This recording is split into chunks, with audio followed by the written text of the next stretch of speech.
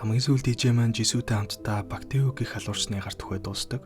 Хайртай үнэ нүднийхээ өмнө алдсан хамгийн зовлонтой өвлийн дараагаар DJ маань өөрийг нь шийтгэж зовлон мэдрүүлэхийн тулд хайртай хүнийг нь хүртэл золиослж байна гэдээ дууралсан ч Жисүү маань угаасаа тэндүүд болох тавилантай байсан гэдгийг мэдэж авдаг. Ингээд нэгэн төхөлтэй ямар ч хамааралгүй зөвхөн Тэвүүг халуурчнаас болсон гэдгийг мэдсэн болохоор уртхан түүнээс өшөөг авмаар байгаагаа хэлтэл үхэл болохгүйг нь сануулсан ч манай хүнд тэр нь огтхон чамаа авахгүй чаддаг юм бол намайг зогсоорой гэд дараагийнхаа шийтгэл рүү ордог.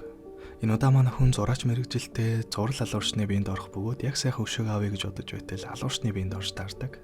Тэв манай хоёрыг дайрч алсныхаа дараа өөрөө харт амиг хэрэгжилчихсэн болохоор мөнгө албан тушаал амлаж байгаад туслахтаа эргээ өрүүлээд оруулчихсан юм байлээ. Тухай туслах нь машинд байсан камерны memory card-ыг нь тэр хавьд хайчихсан байсныг манай ээжээ өхөөс өмнө харж амжсан бөгөөд Жисүүг хэрэгэлдэг бал ус хамт байсныг нь очиж авдаг.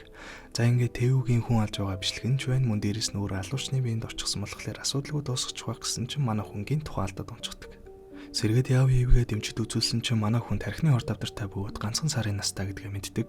Гэхдээ ганцхан сар гэдэг бол өшөөгөө авахд хангалттай хугацаа гэж үзээд Тэвүүгээс өшөөгөө авахаар ордож эхэлдэг. Гэтэл ойртох шаардлагагүй нөгөө Тэвүү чинь манай хүний зургийг сонирхоод өөр идэрсэн байдаг. Угаасаа алуурчин юм болохоор нөгөө алуурчныхаа мэдрэмжинд нь л татгцсан юм шиг байна. Олцсон боломжийг ашиглаж бас ч хөөрхөн бэлтгэж байгаад ямар тааш Тэвүү бариад өөрийнхөө хүн тамалдаг гэрлүүг авчирдаг.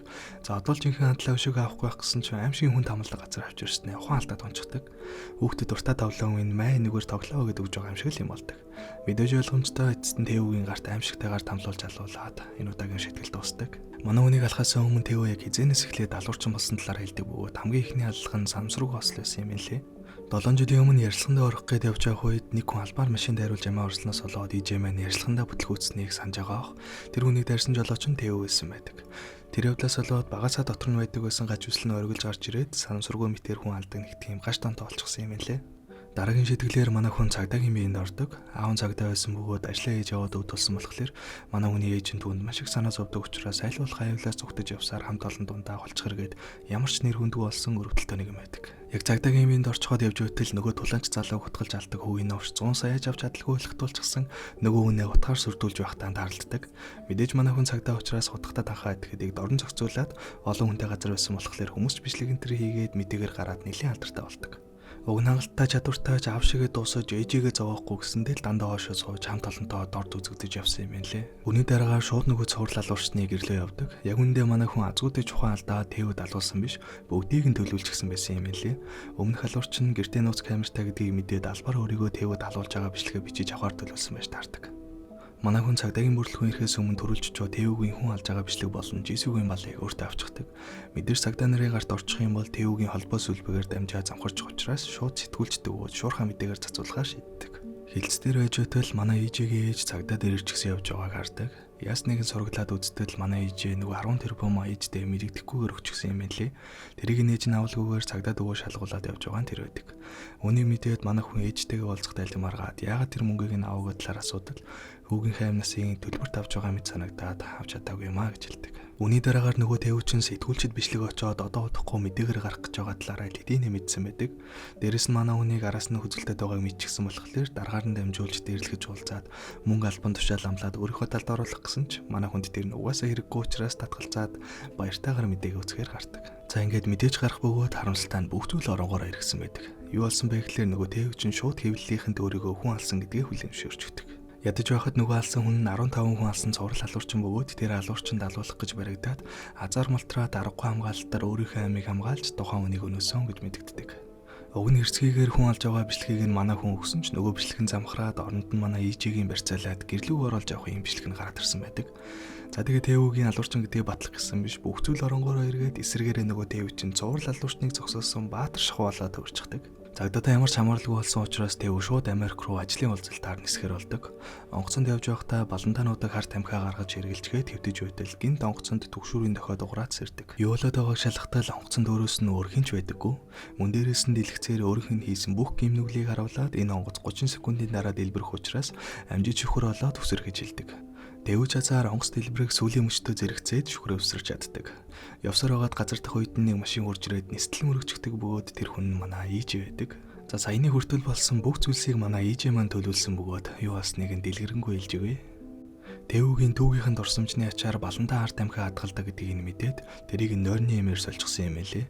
Тэгээ нойрны эмээ уугаад унтаж явах хооронд нь нөгөө хидмийн залуугийн чадварыг ашиглан хонгоцонд нэвтэрч ороод тэсрэг бөмбөг суурлуулсан байдаг. Үүний дараагаар нөгөө экстрим спорт сонирхогчийн чадвараар Тэвүүгийн бүх гэмт хэрэгүүдийг олон нийтэд цацаад онгосноос нь өсөрчихсөн бөгөөд төрүүлж уучгаад хүлээж аваад яг ирэх үед нь дайрж байгаа нь байдаг. За ингээд дайруулчихсан эвдэж байхад нь манай ээж өөрийн гараар дуусгах гэсэн ч үхэл түүнийг зогсоохоор ирдэг. Өглийг ирж байгааг мэдсэн ч манай хүн зогсохгүй үргэлжлүүлсээр байсан ч яг энэ үеэр Жисүүгийн балан самсаргүй газар тончхдаг. Өглөөс жайлгүй өшөөг авахаар улаарч байсан ээжээ маань Жисүүгийн бал унснаар ингэж өшөөг авах нь Жисүүгийн хүсэж байгаа төгсгөл биш гэдгийг анзаараад Тэвүүг алхаа болоод явахаар шийддэг. Гэтэл нөгөө Тэвүү чинь ямар хөгийн амт юм лээ юу гэж зүгээр явуулах вэ? Араас нь алах гэж ирж байгаад шүхрэндээ хийсээд асар хурдтай явж байсан ачааны машинд дайруулж харагдаг. Карма хизээч хаалгаанд ордоггүй гэдэг нь л энэ баг. За ингээд машинд хариулснаар хоёр хөлөө тайруулж хэвтэрт ордог бөгөөд ухаан орсон ч бүх хэрэг нь нийтэд ил болчихсон учраас шууд шорон руу явах нь тодорхой болсон байдаг.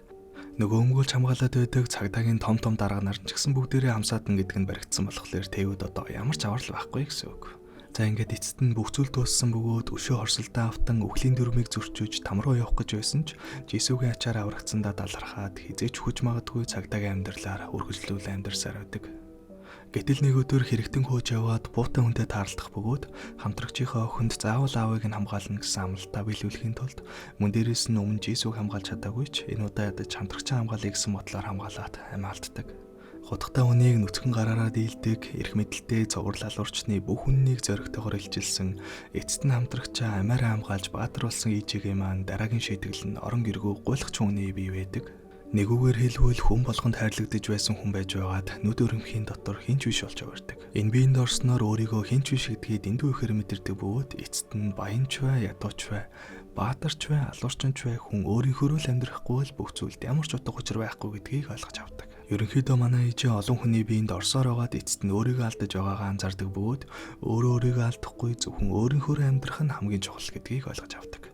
Яг үндэс хэрэгцээд энэ биений эзний дурсамж ирж байх бөгөөд тэр дурсамжийг авахгүй өөрийнхөө байна гэж зүгтэж байгаад шатнаас үхэрч унаад өд болдог. Дурсамжнаас зүгтэж байгаад өд болсон гэхээсээ илүү манай ээжээ залхсандаа өөрөө дуусгасан юм шиг санагдсан. Нэгэнт л өөрийнхөө амьдарч чадахгүй юм бол өөрийгөө алдан байж хүний биеинд амьдарч чадахгүй. Тийм болохоор үлдсэн хоёр өхлөө шууд амиа орлоод дуусгах болно гэж хэлээд дараагийнхаа шитгэлийг авдаг. Энэ удаа манай ээжигийн мөрөдөж байсан тэр амьдрал буюу бусдын л адил ажилтай гэр бүлтэй болж чадсан ч эцэст нь ажиллаж алдаж гэр бүлтэй ч хаягдсан хөөрхийлөлтөө нэгний биеинд ордог. Эцэст нь энэ залууч гэсэн амиа орлох сонголтыг хийсэн бөгөөд угаасаа урдхан дуусгая гэж бодож байсан ээжээ маань шууд л гүйж байгаад машинд хариулж амиа орлдог. Гэтэл юу болсон бэ гэхээр 7 жилийн өмнө манай ээжигийн урд машинд хариулж амиа орлсон залуугийн бие байсан байж таардаг. Хэдийгээр мэдэхгүй ч манай ээжээ энэ биеэр амиа орлохоо болсон бол бүх зүйл өөрчлөгдөж ээжигийн хөв тавиланч сайнаар эргээд үхгүй ч үж магадгүй байсан юм лээ. Гэхдээ харамсалтай нь ээжээ маань өөрт олгогдсон боломжийг анзааралгүйгээр алдаж орхидог. Эцэст нь боломжооч алдсан ээжээ маань жинхнээсээ ямарч биеинд орсон шуудхан дуусгаад там доолцъя гэдэл бардам дараагийн шийтгэл рүү ордог бөгөөд сүүлийн шийтгэл нь ээжийнх нь бие байж таардаг.